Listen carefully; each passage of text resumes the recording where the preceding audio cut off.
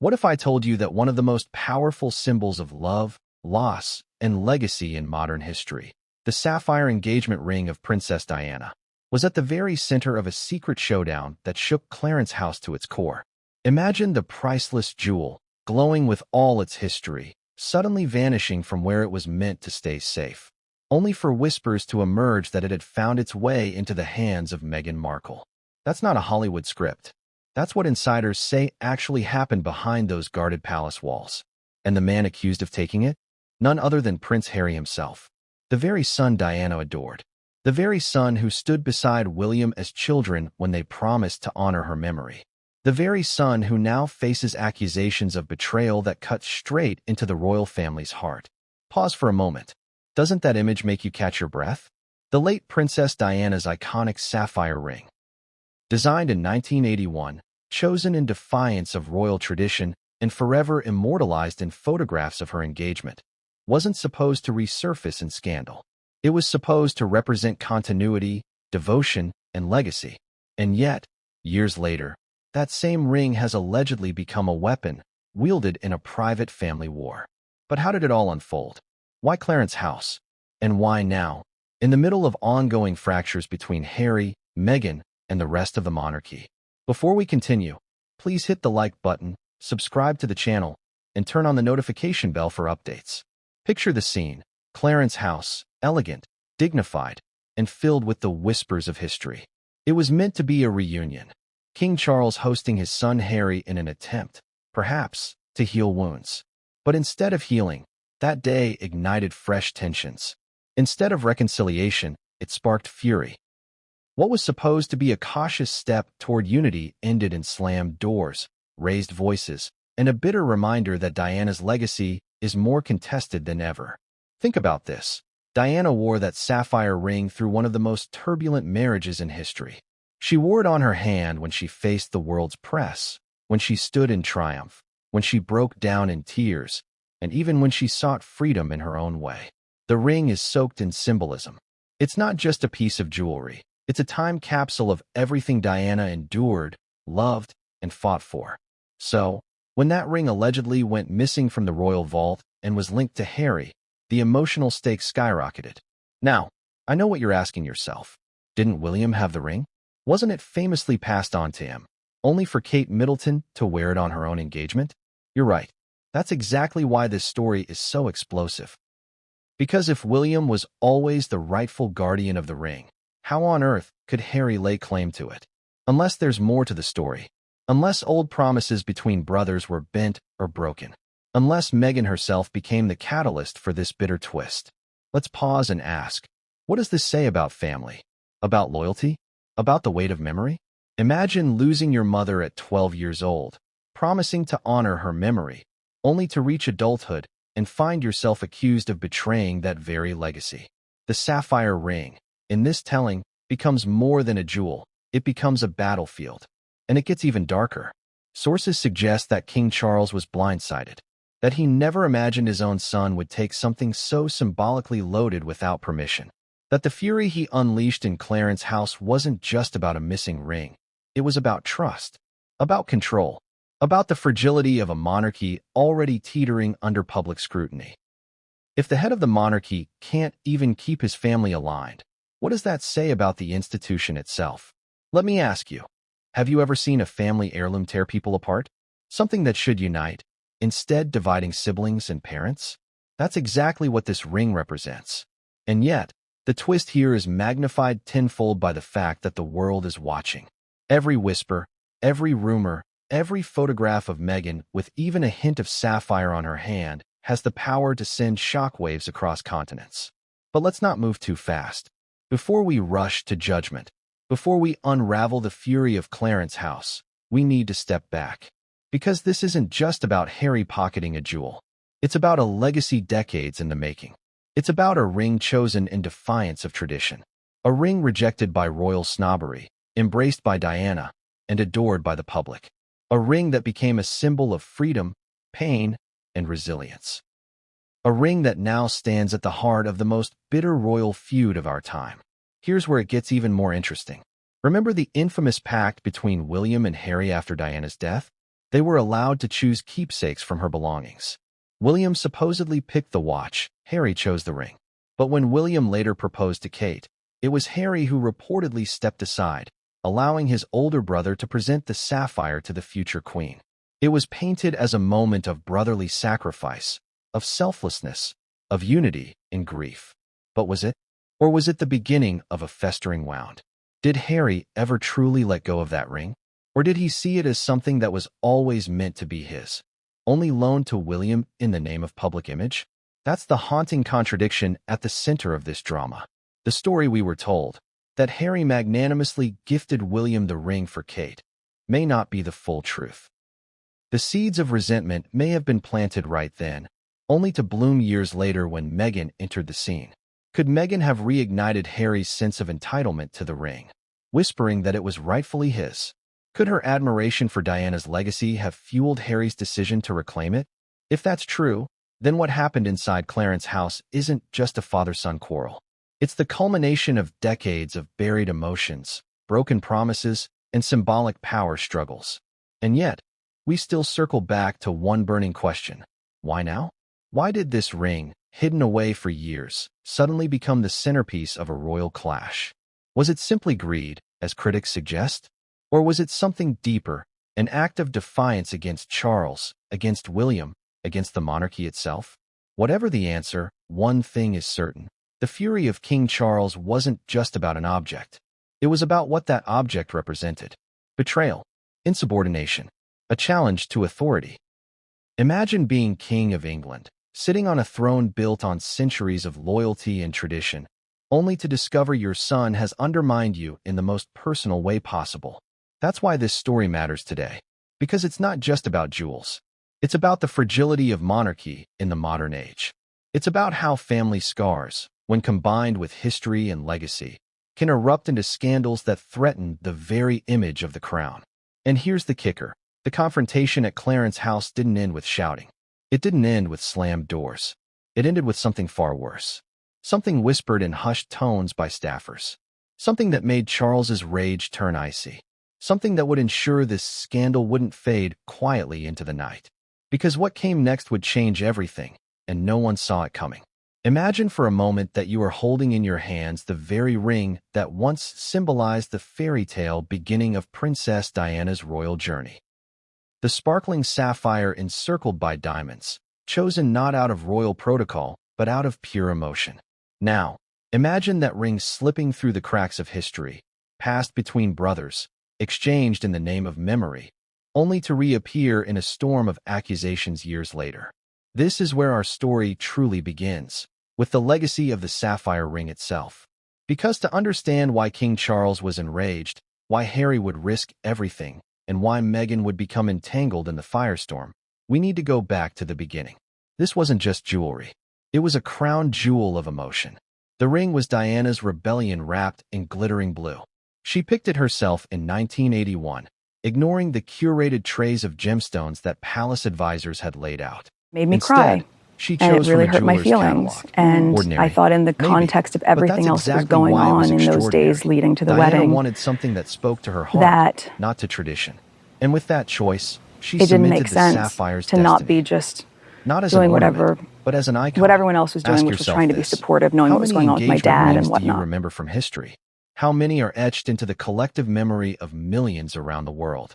That sapphire isn't just remembered. It is immortalized. Photographs of Diana waving, shaking hands, comforting children, all with that ring flashing in the camera lights, are burned into history. To the world, it became Diana's silent partner, sparkling Made me even cry. when her marriage was And it really falling hurt my apart. feelings. But here's the And contradiction. I thought in the For context of Diana, everything else the that was ring was going both a on in those promise days and a leading to the curse. wedding, It represented Charles's that proposal, but also the unraveling of their union. it didn't She make later sense admitted that to there not were be 3 just of us in this marriage. doing whatever Every time she what wore everyone that else was ring, doing, which was she trying to be publicly supportive, knowing what was carrying going a on with lie my she dad and privately whatnot. despised. Isn't it ironic that something meant to bind her to Charles became the very symbol of her isolation? And yet, despite the pain, Diana never abandoned it. Why? Because, in her way, she knew it belonged to history, not just to her finger. She was crafting a legacy, whether consciously or not. And that legacy would be inherited, not just by her sons, but by the monarchy by the public, and eventually by the women who would follow. When Diana died, tragically in 1997, her personal belongings became relics. Every item, every note, every jewel carried monumental weight. Imagine being William and Harry, teenagers mourning the loss of their mother, being told to choose something from her possessions. A heartbreaking ritual. William chose her Cartier watch. Harry? He chose the sapphire ring. Let that sink in. The boy who would eventually marry Meghan Markle was the one who originally held Diana's engagement ring as his memory token. Now, think about what that meant for Harry. Every glance at that ring was a connection to his mother. Every shimmer of sapphire was a reminder of her presence, her warmth, her absence. And yet, as the years went on, the ring didn't stay with him. It passed into William's hands. Why? Because when William fell in love with Kate, it was decided, at least officially, that the ring should symbolize the continuation of Diana's legacy through the future queen. The story presented to the public was sweet. Harry gave it up willingly so his brother could propose with it. A tale of brotherly sacrifice. A fairy tale of unity. But let me ask you, does that sound too neat? Too polished? Would you, in Harry's place, have truly let go of something so personal, so emotionally charged, without feeling a flicker of resentment? Remember, Harry wasn't just giving up a jewel. He was giving up his chosen connection to his mother. And here lies the shadow that haunts this entire scandal. Was Harry's gesture really voluntary? Or was it coerced by expectation, by pressure, by the invisible chains of royal duty? Was he told it was the right thing to do? If so, how could he not secretly hold on to the belief that the ring was still his? Fast forward to Meghan. She arrives on the scene, captivated not just by Harry, but by Diana's aura. She has spoken openly about watching Diana's story as a young girl, about the inspiration she felt. To Meghan, Diana wasn't just a figure of history. She was a role model. And suddenly, there is Harry, the keeper of Diana's memory, telling her that once upon a time, he held the sapphire ring in his own hands. Can you imagine the weight of that? Can you imagine the temptation, the allure, the idea of wearing the very jewel that once belonged to the woman she admired most? And this is where the tension simmers.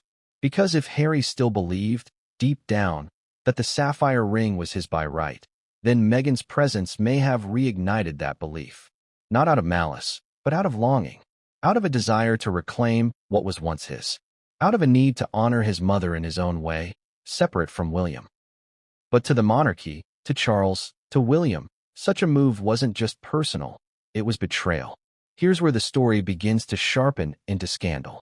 Clarence House was not just a backdrop. It was the stage where past promises collided with present reality. King Charles, already navigating the rocky seas of his reign, didn't just see a missing jewel. He saw an insubordination, a fracture made visible, a challenge to his authority. So let me ask you, when family heirlooms become contested ground, when love and memory are weaponized, who wins?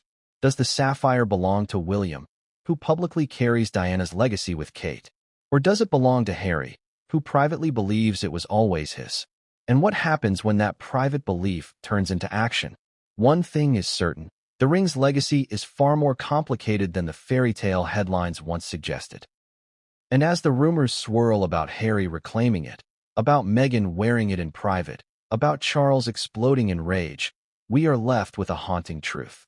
The sapphire ring is no longer just a symbol of Diana's marriage. It has become the centerpiece of a royal feud that spans decades. But the question remains, if William was meant to safeguard the ring, how did Harry even get close enough to claim it again? And what really happened in the hours before King Charles's fury erupted at Clarence House? What came next would stun even the palace insiders, and it would reveal a brotherly pact more fragile than anyone ever imagined. There was once a pact between two brothers, a pact born not of politics, not of royal duty, but of heartbreak. The night after Diana's funeral, William and Harry were ushered into her private belongings. The staff had arranged her treasures, her letters, her jewelry, the fragments of a life cut short. And in that moment, the young princes were asked to choose keepsakes. To the world, it was just a detail in the story of their grief. To them, it was everything. William's eyes fell on her Cartier watch, elegant, timeless. Harry's hands gravitated to the sapphire ring. It wasn't random. It wasn't chance. It was destiny. Think about it. A boy of 12, reaching for the very ring he had seen on his mother's hand in every photograph, every memory, every tender moment. That sapphire wasn't just a jewel. It was the echo of his childhood, the glow of his mother's smile. For Harry, taking the ring meant keeping a piece of Diana with him forever. He was the one who carried it first.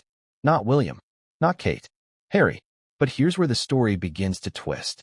Years later, as William prepared to propose to Kate, the narrative changed.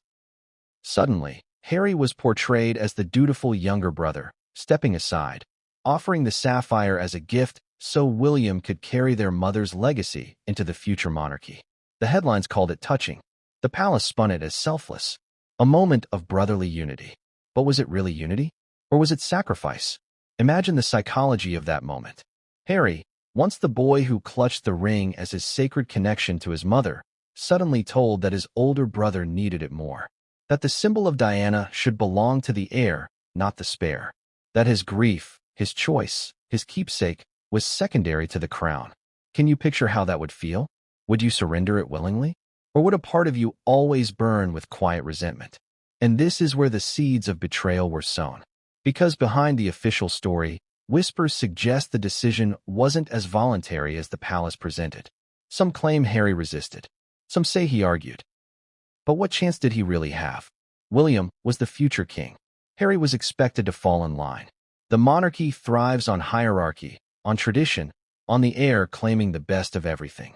Harry's sapphire was no exception. Now ask yourself, how many times do you think Harry replayed that moment in his head? How many times did he remember holding the ring in his teenage hands, only to see it sparkle on Kate's finger, worn as a national symbol rather than a private memory? Was it pride he felt, or loss? Did he smile for the cameras while inside he burned with a sense of being robbed, yet again, of his mother's legacy? It gets even more complicated. Because Diana's death didn't just leave grief, it left rivalry. William and Harry were bonded by pain, but divided by destiny. Every step William took toward kingship highlighted Harry's role as second best. Every privilege William inherited reminded Harry of what he could never have. The ring was the perfect metaphor. Once his, now flaunted as William's badge of continuity. And then came Meghan, a woman who admired Diana long before she ever met Harry. A woman who studied Diana's grace, her resilience, her struggle. Meghan knew the power of symbolism. She knew the weight of that sapphire. Can you imagine Harry telling her the story, that once, long ago, the ring was his, but he had to give it up? How would Meghan have reacted? Sympathy? Outrage? Maybe even a sense of injustice? Is it possible that Meghan reignited Harry's determination to reclaim what was once his? Could her fascination with Diana have fueled his desire to take the ring back, not for greed, but for love, for legacy, for the idea of honoring his mother on his own terms? And if that's true, does it make Harry the villain, or simply a son still grieving, still fighting ghosts that refuse to rest? Here's the haunting question. Was the pact between brothers ever real, or was it a myth sold to the world to hide the monarchy's ruthless priorities? The palace wanted unity. They wanted a fairy tale.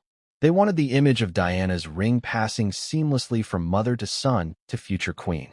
But the truth, the raw truth, is that behind the smiles and photo ops was a younger brother forced to give up the one thing that meant the most to him.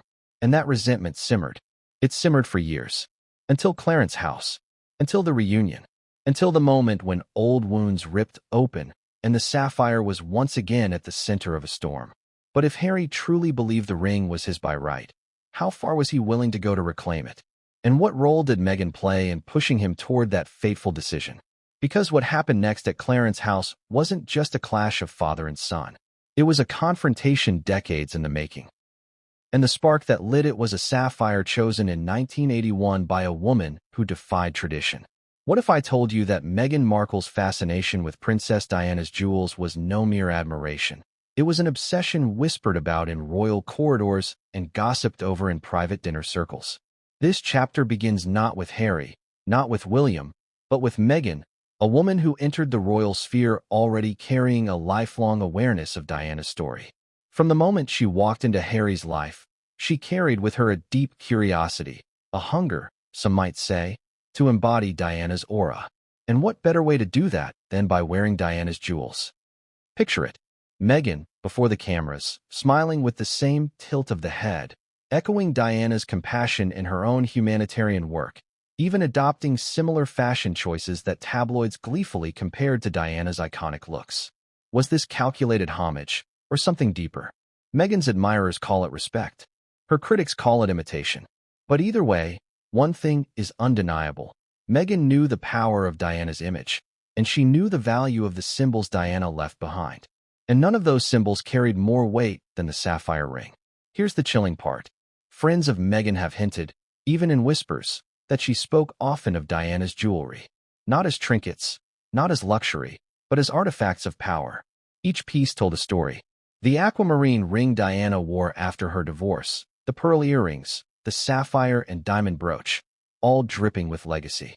Meghan reportedly wanted more than to simply marry into the Windsor dynasty. She wanted to claim a tangible piece of Diana's spirit. Now, pause for a second. Ask yourself this. If you were marrying the son of the most famous woman in the world, wouldn't you want some part of her story woven into your own? Wouldn't you feel compelled to wear her jewels, to carry her torch in the most literal way possible? And yet, does that desire cross a line when the jewel in question already belongs to someone else? This is where the story becomes electric. Harry, still haunted by the fact that he had surrendered the sapphire ring to William years earlier, suddenly found himself with a partner who not only admired Diana, but who believed Diana's spirit was her inheritance too. Imagine Meghan listening as Harry retold the story. "I had the ring once. It was mine, but I gave it up for William." Can you hear her voice responding? "But it was yours. Diana gave it to you. Why shouldn't you have it back?" And that, dear viewers, is how admiration turns into action. Meghan's fascination wasn't just personal, it was strategic. She knew that Diana's image was the one card she and Harry could play against the crown. The public adored Diana. They mourned her. They saw in her the victim of a cold, archaic system. If Meghan could channel even a fraction of that sympathy, it would give her and Harry an edge in their ongoing battles with the institution. And what better talisman than the very ring that once sparkled on Diana's finger? But here's the irony. While Meghan may have seen the sapphire as a bridge between Diana and herself, King Charles saw it as theft, William saw it as betrayal, and the palace saw it as a potential PR disaster waiting to explode. Do you see the contradiction? To Meghan, the sapphire was love, legacy, and symbolism. To Charles, it was a reminder of his fractured family. To William, it was a violation of the pact he believed had already been settled. And to Harry, it was redemption, a chance to reclaim what he had lost as a boy. So which interpretation is right? Was Meghan's desire for the sapphire a heartfelt homage to her late mother-in-law? Or was it the calculated ambition of someone who knew the power of optics? One thing is clear. Whispers around Clarence House suggest Meghan's influence on Harry was undeniable. The timing of the alleged theft wasn't random. It coincided with moments when Harry and Meghan felt increasingly alienated from the royal family. And when people feel cornered, they grasp at symbols of strength. Diana's sapphire, in their eyes, was the ultimate symbol.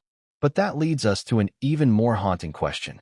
If Meghan's admiration truly crossed into obsession, did Harry act of his own free will? Or was he pushed by the woman he loved to cross a line he could never uncross? Because what happened next would test not only Harry's loyalty to his wife, but his loyalty to his brother, his father, and the very memory of the mother he claimed to honor. And it all came to a boiling point inside Clarence House, where the walls themselves seemed to echo with ghosts of Diana, and where King Charles would finally confront his son in fury. It was supposed to be a reunion. That's what the palace briefings hinted at, anyway. A quiet meeting at Clarence House between King Charles and his estranged son, Prince Harry. But behind the grand Georgian windows, the atmosphere was anything but calm. Picture it, the ancestral home of the heir apparent, now the residence of a monarch, filled with ghosts of history and whispers of tension. Clarence House has always carried an air of elegance, yet on that day, it was heavy with suspicion. Imagine the halls lined with portraits of royals past, their painted eyes watching as father and son circled each other with polite words masking deeper resentments. Staff hurried with silver trays, their footsteps soft on thick carpets, but they weren't fooling anyone. Everyone sensed it. This wasn't reconciliation. It was confrontation disguised in fine china and formal smiles. And right there in the middle of it all was the sapphire. Unspoken, invisible, but looming like an elephant in the room. From the moment Harry stepped through the door, Charles's jaw was tight. His eyes scanned his son's face, searching for sincerity, for some hint of remorse. But if Harry noticed, he didn't show it. He carried himself with the same confidence Meghan so often praised him for. The confidence of a man who no longer bowed to the unspoken rules of the firm. Yet beneath the confidence was something else. Something restless. Something secret. Let me ask you this. Have you ever walked into a room where everyone is smiling, but you can feel the crackle of tension beneath the surface? That's exactly what Clarence House felt like that day. Words were polite, but tones were sharp. Jokes fell flat. Conversations circled aimlessly, never landing. And all the while, the weight of Diana's ring seemed to hang in the air, even though no one dared mention it aloud. But that silence didn't last long. According to those close to the meeting, Charles had already been alerted. Whispers had reached him that something was amiss in the royal vaults. He hadn't confronted Harry yet. He was waiting, watching, testing whether his son would volunteer the truth. But with each passing minute, with each sip of tea, Charles's patience thinned. Now picture the room. A fire crackling in the grate. Afternoon light filtering through tall windows. The king seated stiffly, hands gripping the armrests of his chair. Across from him, Harry, shifting slightly, eyes occasionally flickering downward as if weighed by an invisible burden. Conversation about the weather, about travel, about meaningless small talk. It was all smoke. Both men knew the real storm was waiting. And then, the mood shifted. Staff were dismissed. Doors were shut. It was just father and son, and the sapphire-shaped shadow between them. Charles's voice broke the silence first. Calm, controlled, almost too controlled. He asked about Diana, about memory, about legacies, questions layered with meaning. And then he paused, fixing Harry with that piercing Windsor stare. The question that followed wasn't recorded in official notes. But those close enough to the family say Charles's words were chilling in their simplicity. Where is it, Harry? Can you imagine the weight of that question? No need to name it. Both men knew what it was. Harry's reply? Accounts differ. Some say he deflected, insisting he had no idea what Charles meant. Others claim his jaw tightened, his eyes narrowing as he muttered something about mother's wishes. Either way, the temperature in the room dropped. The walls of Clarence House, so often the site of polished royal receptions, had never heard silence like that. And then came the shift in Charles. Fury. Not the loud, theatrical rage of a man shouting in public, but the icy fury of a monarch betrayed. His voice reportedly rose, the mask of civility cracking as he accused his son of disrespect, of betrayal, of turning his back not just on his family, but on the very crown itself. But Harry didn't crumble. Not this time. He shot back, words sharp, laced with years of buried anger. He spoke of promises, of grief, of the pact he and William had made. He reminded his father that he had been the one to take the ring first, that he had never truly let it go. The exchange was raw, bitter, filled with decades of unspoken wounds spilling into the open. And through it all, Clarence House seemed to vibrate with history, because this wasn't just about a jewel. It was about Diana, about her memory, her legacy, her ghost standing in that room between father and son. The staff, waiting outside the doors, later said they could hear muffled voices, raised tones. They knew something had fractured inside. They knew this was not a meeting of reconciliation. This was war. But what neither Charles nor Harry expected was that the confrontation over the ring would soon expose an even more shocking revelation, one that would shake not only their fragile relationship, but the very future of the monarchy itself. Because the discovery waiting just beyond that moment would make Charles's fury look tame. When King Charles finally left that room, he wasn't calm. He wasn't measured. He was furious. The kind of fury that makes a man's hands tremble even as he tries to keep them still. For a monarch trained his entire life to keep emotions locked behind a mask, the sheer depth of rage he felt was volcanic. Why? Because while the words exchanged at Clarence House were damning enough, what followed was worse. When Charles later walked toward the vault, where the family's most sacred possessions were kept, his blood ran cold. The sapphire ring was gone. It wasn't a rumor anymore. It wasn't speculation. The staff had checked twice, then thrice. The box where it was supposed to rest sat open, lined with velvet, empty. Can you imagine Charles's expression in that moment? A monarch staring into a void where his late wife's jewel should have been. That wasn't just absence. That was betrayal carved into the fabric of the family. Let me ask you, have you ever had something stolen from you that carried deep sentimental value? Something you thought was safe, locked away? Now multiply that by 10,000. Multiply it by legacy, by history, by symbolism that stretches beyond your lifetime. That's what Charles saw in that empty box. His fury wasn't about money. It wasn't about jewels. Charles could order 50 new sapphire rings from Cartier if he wished. This was about something sacred being defiled. It was about trust shredded. And the whispers that Harry, his own son, was the culprit turned his rage into something darker. Staff members later said Charles's voice echoed through Clarence House that day. He demanded answers. He ordered searches. He shouted questions that no one dared respond to. His face red, his fists clenching. Charles was no longer the restrained monarch. He was a father robbed of something irreplaceable. But here's where it gets even more damning. Evidence began pointing in one direction: Harry. Who else had access? Who else had both motive and history with that ring? Who else had recently been inside Clarence House, behind closed doors, at precisely the time when whispers about the Sapphire's disappearance first surfaced? The pieces lined up too neatly. The suspicion hardened into near certainty. And the irony? The staff who once adored Harry, who once saw him as Diana's spirited boy, began whispering of betrayal. They muttered about how Meghan's influence had changed him, how this wasn't the same prince they had once known. Was it really Harry's hand that reached into that vault, or was it Meghan's voice guiding him? Charles, meanwhile, was unraveling. His anger wasn't just toward Harry. It was toward himself. How had he missed the signs? How had he not predicted this? Diana's shadow had always loomed over his reign, and now her legacy was being weaponized against him in the most personal way possible. It was almost poetic, tragically so. But the fury wasn't confined to Clarence House walls. News of the missing sapphire began leaking in whispers to trusted journalists, passed carefully through the labyrinth of palisades. And those whispers carried weight. Because if the public caught wind that Harry had taken it, the scandal wouldn't just shame the family. It would fracture it beyond repair. Let's pause here. Imagine the enormity of this discovery. A king, enraged. A son, under suspicion. A missing jewel, once worn by Diana, now vanished like a ghost. Doesn't it sound almost Shakespearean?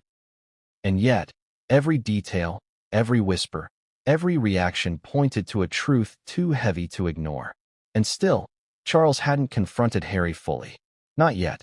Because even in his fury, he knew this wasn't just about a ring. It was about the future of the monarchy. If Harry truly had taken it, if Meghan was to wear it, then Diana's memory would no longer serve the crown. It would serve the very couple who had walked away from it. And that, to Charles, was the ultimate betrayal. But here's the twist. When Charles finally moved to confront Harry with the full weight of the evidence, he didn't just find a son with excuses. He found a son ready to justify his actions with words that cut deeper than the theft itself. Because Harry wasn't denying it. He was defending it. And what he said next would rip open wounds that no crown, no vault, no sapphire could ever heal. All eyes turned to Harry. It was inevitable. The whispers inside Clarence House, the frantic movements of staff, the hollow velvet box in the vault, all of it pointed to him. And once suspicion took root, it spread like wildfire. People who had once sworn loyalty to Diana's youngest son now traded nervous glances in corridors.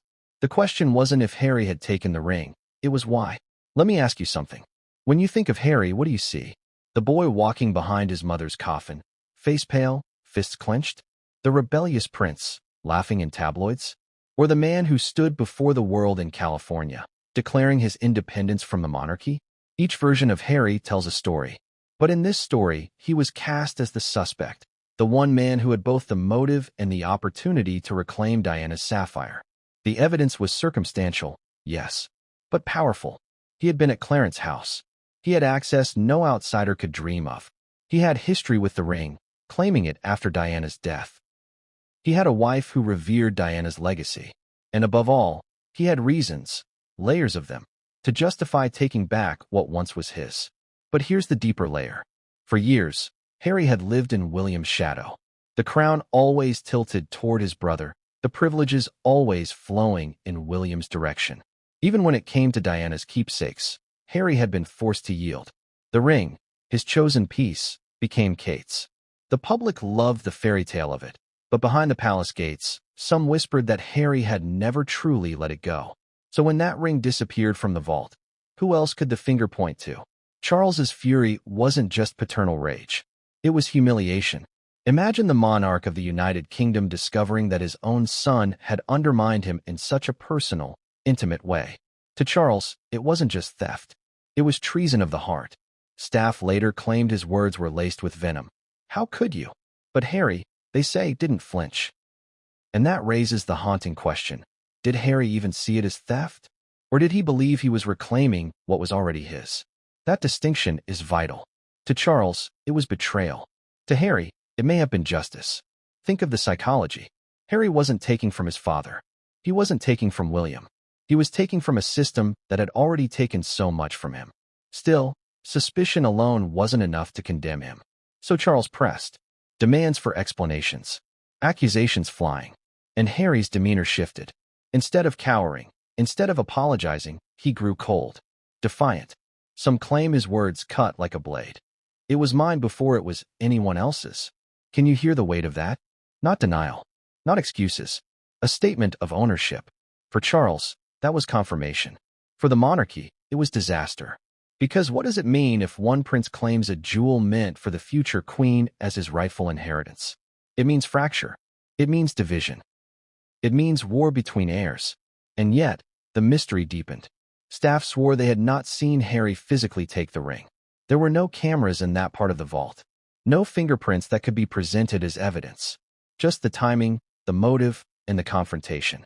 To outsiders, it might sound flimsy. To Charles, it was enough. But here's the twist you need to hold on to. What if Harry wasn't acting alone? What if Meghan's admiration, her whispers of legacy, her belief that Diana would have wanted her to wear the ring, pushed Harry to act on impulses he had long buried? Was Harry the thief? Or was he the husband trying to fulfill his wife's longing? This suspicion, this storm of doubt, didn't just pit father against son. It pitted brother against brother. Because when William heard the whispers, when he learned the ring was missing, when suspicion turned into near certainty, his reaction wasn't quiet disappointment. It was outrage. And that outrage would shatter whatever fragile thread of brotherhood remained between William and Harry. Was this Harry's choice, or Meghan's influence? That was the question echoing through the gilded halls, whispered in staff quarters, speculated upon in private calls between aides and friends. To understand the scandal, you have to understand Meghan's role, not just as Harry's wife, but as the woman who, in the eyes of many, reshaped his very identity. Think about it. Before Meghan, Harry was the mischievous spare, reckless, wild, often in the tabloids for all the wrong reasons. But after Meghan, he was different, more serious, more rebellious in a calculated way. He had a partner, an ally, someone who encouraged him to break free of the system he'd long resented. To some, she empowered him. To others, she manipulated him. But whichever side you believe, the outcome is undeniable. Harry became bolder, more defiant, more willing to challenge the crown. And then came Diana's legacy. Meghan adored it. She studied it. She embraced it as part of her own story. She wore Diana's butterfly earrings. She wore Diana's gold bracelet. Each time she stepped out with Diana's jewels, the press made the comparison, and Meghan seemed to glow under the weight of it. Every piece of Diana's jewelry Meghan touched became front-page news. So is it really hard to imagine that the sapphire ring, the crown jewel of Diana's memory, was next on her mind? Ask yourself this. If your husband once held the most iconic piece of his mother's jewelry in his hand, only to give it up for his brother, wouldn't you remind him of it? Wouldn't you say, "It was yours. Why shouldn't it be again?" Sources close to the couple have hinted at exactly that. That Meghan often spoke of Diana with reverence. That she saw herself as continuing Diana's mission to break barriers, to modernize, to humanize the monarchy. And what better symbol of that continuation than the very ring Diana wore on her own engagement? But here's where admiration bleeds into accusation. Did Meghan push Harry toward reclaiming it? Did her fascination become obsession? Critics say yes, that Meghan planted the seed, and Harry watered it with his resentment toward William and the crown. Admirers argue the opposite, that Meghan only reminded Harry of what was rightfully his. But the timing is damning. Now picture Clarence House again. Charles pacing, seething, William preparing to explode, and Harry standing his ground. But behind him, always, was Meghan, the unspoken presence, the silent force. To the family, it wasn't just Harry who betrayed them. It was Meghan, whispering in his ear, fueling the fire. And this raises a haunting contradiction. If Meghan truly wanted to honor Diana, wouldn't she have sought William's blessing? Wouldn't she have wanted the family united in that gesture? Instead, the secrecy, the whispers, the alleged theft turned the act into something darker. What was meant to honor became an act of division. Charles saw it as manipulation. William saw it as an invasion. Harry, perhaps, saw it as love, an act of devotion to his wife and his mother's memory all at once. But can love excuse betrayal? Can devotion justify breaking the unspoken rules of family trust? Let me ask you directly. If you were Harry, and the woman you loved more than anything asked you for the one thing that connected her to the mother you lost, would you say no? Or would you risk everything to give it to her? And that's exactly what makes this story so dangerous. Because whether Harry acted out of his own desire or Meghan's influence, the outcome was the same. Charles was enraged, William was betrayed, and the monarchy was left shaken. But the fury didn't stop with suspicion. No, Charles's anger erupted into something far more volcanic, a confrontation that would leave even the palace staff stunned. Because when Charles unleashed his rage, Clarence House shook to its foundations. For Charles, this wasn't theft, it was betrayal. And betrayal is a wound that cuts far deeper than the loss of any jewel. Clarence House, usually so composed, became a stage for an explosion of fury unlike anything the staff had ever witnessed from the monarch. Imagine it. The king pacing, his voice no longer the calm, measured tone the public knows, but sharp, raw, and cracking with anger. His face flushed, his hands trembling, every syllable weighted with decades of frustration. To Charles, the missing sapphire was more than an heirloom. It was a symbol of Diana's lingering presence, her ghost, her influence, that continued to haunt him even from the grave. And now, to have Harry, Diana's son, allegedly take that sapphire and hand it to Meghan, the very woman many in the palace already viewed as divisive, it was unthinkable. Reports from aides paint a vivid picture. Charles's voice echoing through the corridors, his fury so intense that staff nearby froze in silence, afraid to move. He thundered about dishonor, about family being torn apart, about a son who would dare to shame the crown.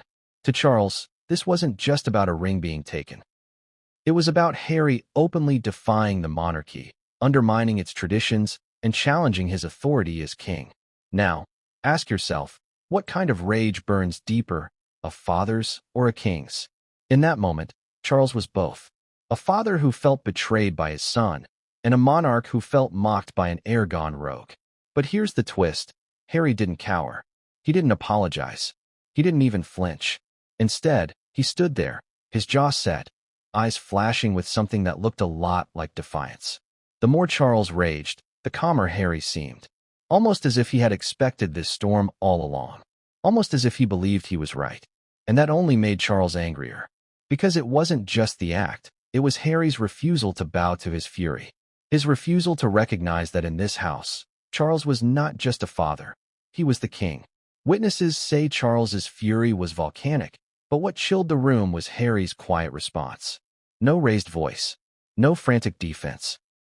Just cold words that cut through the shouting like a blade. I'm not betraying her. I'm honoring her. Let that sink in. Harry wasn't denying the act. He was reframing it. To him, this wasn't theft. It was justice. Diana's ring, Diana's legacy, passed to the woman he believed embodied her spirit. But to Charles, those words were gasoline on the fire.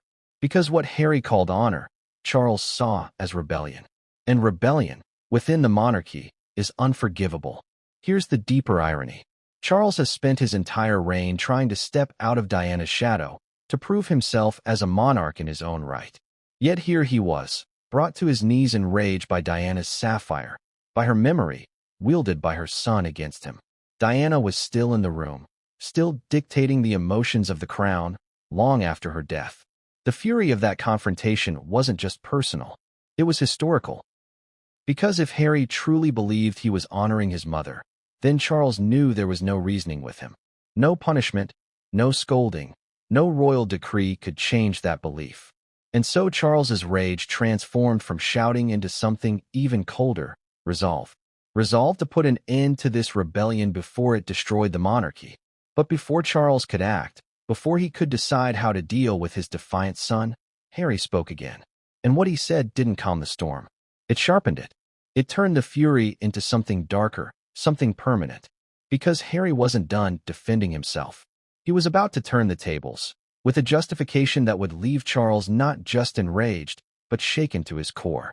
Harry's words cut like a blade. The shouting had faded, but the tension in Clarence's house was still suffocating, thick enough to choke the air. Charles, red-faced and trembling with fury, waited for his son to cower, to apologize, to retreat. But Harry didn't. Instead, he leaned forward, his voice low, steady, almost chilling in its calmness. "You think I stole it," he said. "But you're wrong. It was never yours to guard. It was never William's to flaunt. It was mine before either of you touched it. And I'll tell you why. Because she would have wanted Meghan to have it." That line hit Charles like a thunderclap. Staff members, listening from just outside the heavy doors, later described the silence that followed as terrifying. It wasn't peace. It was shock. Think about that for a moment. Harry wasn't just defending himself. He was invoking Diana. He was using her memory, her wishes, imagined or real, as his shield. He wasn't stealing, he claimed. He was fulfilling his mother's legacy. Can you feel the contradiction? To Charles, Diana's memory has always been both a curse and a ghost. He has spent decades trying to bury the scandals, the comparisons, the constant reminders of the woman who overshadowed him. But for Harry, Diana is not a shadow. She is a torch, burning brightly, guiding his every step. And in that room, Harry wielded her name like a sword. Now let me ask you, have you ever argued with someone who refuses to see themselves as guilty, no matter the evidence? Someone who flips the accusation and turns it into a justification? That's what Charles faced. Harry wasn't apologizing. He was doubling down. And here's where the wound went deeper. By saying Diana would have wanted Meghan to wear the ring, Harry was making a comparison, whether he intended to or not. He was elevating Meghan into Diana's place, suggesting she was the rightful heir to his mother's spirit. To Charles, that was unforgivable. To William, when he would later hear it, it was worse than betrayal. It was erasure. Charles's hands reportedly gripped the edge of his chair so tightly his knuckles turned white. His voice shook when he finally answered, "Don't you dare use her name to justify this." But Harry didn't stop. He pressed on, his words tumbling out like years of pent-up resentment finally finding release. He accused Charles of failing Diana, of letting her suffer, of being the reason her memory still haunted them all. And now, he claimed, it was up to him, Harry, to protect that memory by giving her Sapphire to the woman he loved. This wasn't just defense. It was accusation. It was a son turning the tables on his father, shifting the blame, rewriting the narrative. Can you see how dangerous that was? If Harry believed he was honoring Diana, then every accusation against him only made him more defiant. Every word of Charles's fury only proved, in his mind, that he was right. But here's the cliffhanger. Harry's justification didn't just deepen the rift between him and Charles. It opened a chasm between him and someone else. Because once William discovered what Harry had said, once he heard his younger brother claim Diana would have wanted Meghan to wear the sapphire, the storm truly broke. And William's reaction would make Charles's fury look tame. When William found out, he didn't react with quiet dignity. He didn't retreat into palace composure. He erupted. For years, the world has seen William as the steady one, the calm heir, the measured brother who carries the weight of kingship with stoic grace. But what happened when he learned Harry had taken Diana's sapphire ring, and worse, justified it by claiming Diana would have wanted Meghan to wear it, brought out a side of him few had ever witnessed. Imagine it. William pacing in his private residence, aides hovering nervously, his voice raised, his face flushed. The bond he once shared with his younger brother, the bond forged in grief, walking behind Diana's coffin, whispering their shared promises, was now shattered beyond recognition. To William, this wasn't just about a ring. It was about legacy, about betrayal, about his brother trying to rewrite history. Because let's not forget, William had been the one to slip that sapphire onto Kate's finger. He had made it a symbol of continuity, of Diana's spirit living on through the future queen. Every photograph of Kate's hand, glistening with the sapphire, was a message to the world. Diana's love story hadn't ended. It had evolved. And now, Harry was trying to undo all of that. So, how did William react? Reports suggest he was incandescent. He accused Harry of desecrating their mother's memory. He shouted that Harry had no right, that Diana's legacy belonged to both brothers, not to be hijacked by one and handed to Meghan. He allegedly used words sharper than Charles's fury, words that cut into Harry like a blade. "Don't you dare put her name in Meghan's mouth," William is said to have roared. "Don't you dare pretend she'd have wanted this." Can you imagine the sting of that? Two brothers, once inseparable, now spitting venom over the one thing that was supposed to bind them, their mother's memory. And it wasn't just rage, it was pain. William saw the sapphire as proof that Diana was still with him, still guiding him. To hear Harry twist that into something else felt like a knife in his back. For William, it wasn't just theft. It was war. But here's the deeper irony. The public had always believed the fairy tale, that Harry had generously given the ring to William years ago so Kate could wear it. They loved that story. It made them believe the brothers were united. Now, with the revelation that Harry never truly let go of it, that he still claimed it as his own, William's world collapsed. That story was a lie. The unity was an illusion, and the cracks were now visible for all to see. And William didn't keep quiet. Insiders say he confronted Harry directly, words flying, accusations boiling over. He told him he was selfish. He told him he was manipulated. He told him he had destroyed the last shred of trust between them. The confrontation was so heated that aides had to step between them, fearful the fight would turn physical. Ask yourself this. Have you ever had a sibling betrayal cut so deep it felt irreversible? That's exactly what this was. The sapphire wasn't just a ring anymore. It was the knife splitting the brothers apart. And yet, even in his fury, William wasn't done. He issued a chilling warning. He told Harry that if he kept pushing, if he kept twisting Diana's legacy to serve his own purposes, there would be consequences, not just for him, but for Meghan too. And those words, that threat, would echo in Harry's ears long after the shouting stopped. Because William wasn't bluffing. He had the crown behind him. He had the future of the monarchy in his hands. And Harry had just lit a match that could burn it all down. But what William didn't know, what no one in Clarence House realized at the time, was that the palace itself was already preparing to contain the scandal. And their method would be silence, secrecy, and a cover-up that would only make the betrayal more dangerous. The monarchy survives by secrecy. It always has. For centuries, scandals have been swept under silk rugs, rewritten in careful press releases, or buried altogether in dusty archives. The Windsor motto, unspoken but ever-present, has always been simple: protect the crown at all costs. And when the fury at Clarence House reached a boiling point, when the sapphire's disappearance threatened to spill into the press, the palace machine did what it does best. It moved to cover it up. Imagine the scene. Behind closed doors, aides scrambled. Communications teams huddled in hushed meetings, their voices low, their faces pale. They weren't debating whether a theft had occurred.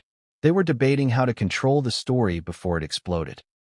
Because if the world learned that Harry, the king's son, had taken Diana's most iconic jewel to give to Meghan Markle, the monarchy wouldn't just face embarrassment.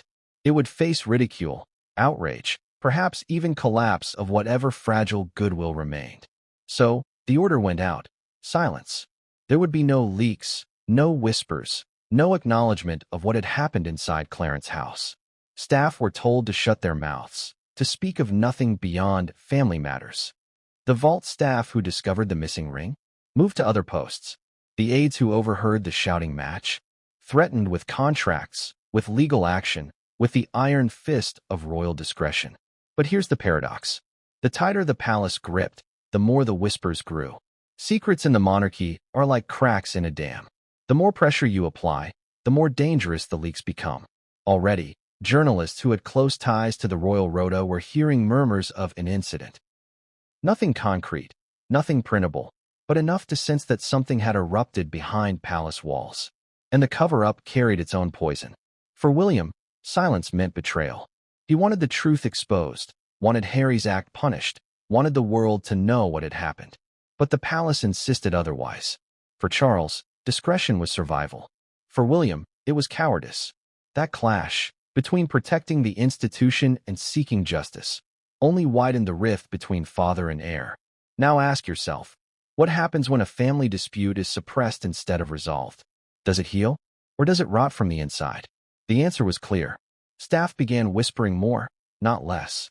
Some spoke of seeing Meghan with a sapphire-colored stone glinting on her hand in private. Others hinted at photographs that had been buried, images too dangerous to release. Aides worried aloud about what might happen if Meghan flaunted the jewel in public, if paparazzi caught even a glimpse. Because one photograph, one frame of Meghan wearing Diana's sapphire, would be enough to send shockwaves around the globe. And yet, the palace clung to silence. They patched statements, staged photo ops, fed the press just enough crumbs to distract from what was brewing beneath. But what they didn't realize was this: cover-ups don't erase scandals. They fertilize them. The betrayal festered. The anger deepened. And inside Clarence's house, the silence was deafening. Harry wasn't backing down. Meghan wasn't retreating. Charles was seething. William was ready for war. And the ring, the silent jewel at the center of it all, remained missing. But then, whispers began that the cover-up wouldn't hold, that the truth would surface in the most shocking way possible. Because rumors swirled that Meghan, defiant and unafraid, had already worn the ring. Not in public, not yet, but in private gatherings, in circles where eyes were watching, mouths were ready to talk. And when that rumor reached Charles, the fury that followed shook Clarence's house once again. And then, the unthinkable happened. Meghan appeared with it. Not on a red carpet, not in an official portrait, but in the one arena where the palace has the least control, private gatherings. Behind the safety of expensive walls, among the carefully curated circle of friends and allies who surround Harry and Meghan in Montecito, whispers began spreading like wildfire. She had worn it. The sapphire, Diana's sapphire. The ring everyone thought was locked away. The jewel the world assumed was Kate's forever, now gleamed on Meghan's hand under the soft glow of candlelight at a dinner party. Picture it, a hush falling across the room as Meghan lifted her glass. The stone caught the light, royal blue, unmistakable, iconic. Those who knew the history gasped silently. Was this real? Was this what they thought it was? And just like that, Diana's ghost had been resurrected through a jewel. Now pause for a moment. Can you imagine the shockwaves if a single photo of that night had leaked? Meghan, radiant, wearing Diana's most famous ring, not with William and Kate as the world had long been led to believe, but with Harry, in defiance of the monarchy's script. It would have been dynamite. The palace knew it. The courtiers feared it. Even Charles, upon hearing whispers of Meghan flaunting the ring, reportedly went white with fury. And this wasn't just about optics. This was about ownership. To William, it was theft. To Charles, it was rebellion. But to Meghan, it was validation. Think of the symbolism. Meghan had long been compared to Diana, sometimes praised, often vilified. But with that sapphire on her finger, she wasn't just being compared. She was stepping into Diana's place. But here's where it gets more dangerous. Meghan's appearance with the ring wasn't random. Insiders claim it was deliberate. A statement. A warning shot to the palace. You can't silence us. You can't erase us. Diana's legacy is ours too. Ask yourself this. Was Meghan being defiant, or was she being strategic? Was it a careless flaunt, or was it a calculated move to remind the monarchy and the world that Diana's memory didn't belong to William alone? The reactions were explosive. Within days, calls reportedly flew across the Atlantic. William, livid, demanded answers. Charles, incandescent with rage, ranted to aides that this was humiliation on a global scale waiting to happen. And Harry? He stood by Meghan. He told his father and brother, with quiet finality, that Diana would have wanted it this way. And that's when the cracks deepened into canyons. Because Meghan wearing the ring wasn't just a scandal, it was a declaration of war. A silent but unmistakable message. Diana's legacy no longer belonged solely to the crown. It belonged to Harry and Meghan. But as with all wars, there are consequences. And when a single photograph of Meghan's hand began to circulate in whispers among journalists, blurry, grainy, but enough to raise questions, the palace realized they couldn't keep the secret forever. One photo was enough to send shockwaves worldwide. And when that image landed on William's desk, his outrage turned into something colder. A resolve. A vow. Because William wasn't going to let this slide. Not anymore.